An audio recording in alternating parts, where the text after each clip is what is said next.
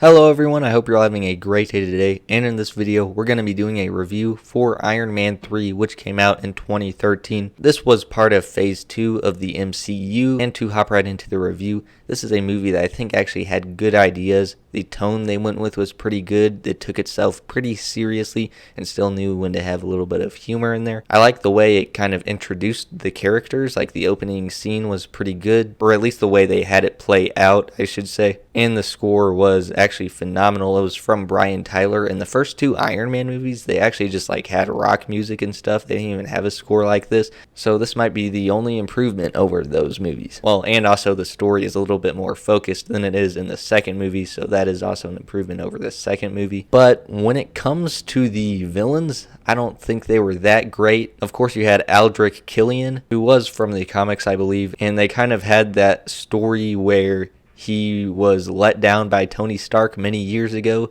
and then he became a villain because of it. And it feels like it was kind of copied from Syndrome from The Incredibles, and also from the Riddler and Batman Forever. Like, literally, they kind of like look the same and then have a changed look. But to defend it a little bit, I do think that that's actually not an overused plot for superhero movies, because there are a lot of other things they do with the villains, like not give them a backstory at all, and they're just evil for no reason, and that's honestly worse in my opinion. And then obviously you also had the Mandarin, which was like Iron Man's arch enemy in the comics, and in his live action debut, he actually turned out to just be a guy that was paid to act intimidating and wasn't really that interesting. So that definitely disappointed a lot of people, and that's pretty understandable. Now, overall, the side characters were pretty good. It was pretty much the same one as the previous movies. You had Pepper Potts, Happy, and War Machine. And of course, the government plays a role into this movie again, with War Machine being the Iron Patriot or whatever. And they're still worried about Iron Man's suit and stuff. And of course,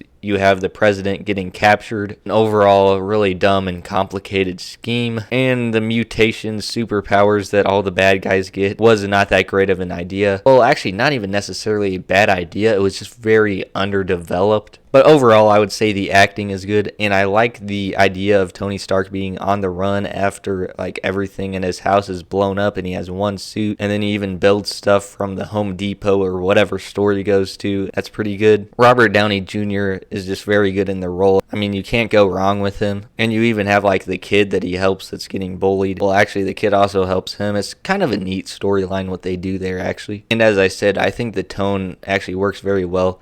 I just like the whole idea of Tony dealing with consequences from choices he made in the past, and his whole world just starts to kind of fall apart and shatter.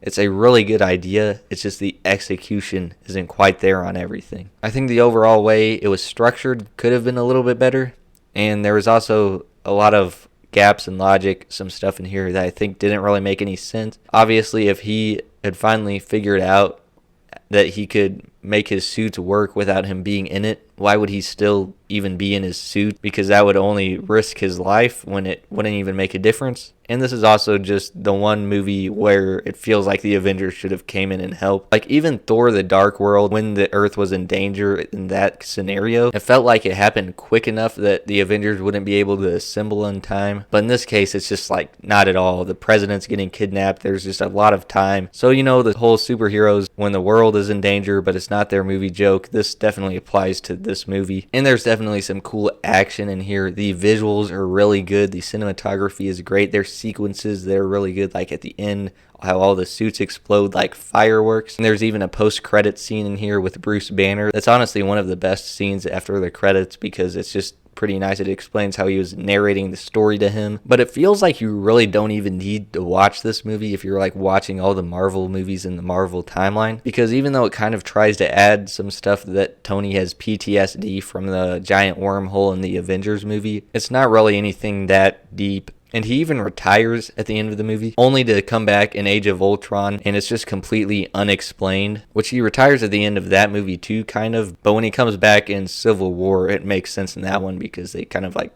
actually worked on the story good. But those are videos for another time. Overall, on the quality scale of 0 to 100, we'll give it a 68%. It's enjoyable, but it is a flawed film. And there are a couple things worth noting actually when it comes to this film. First of all, Jenna Ortega is in this movie, and second of all, the mom and dad from the Holderness family are also in this movie.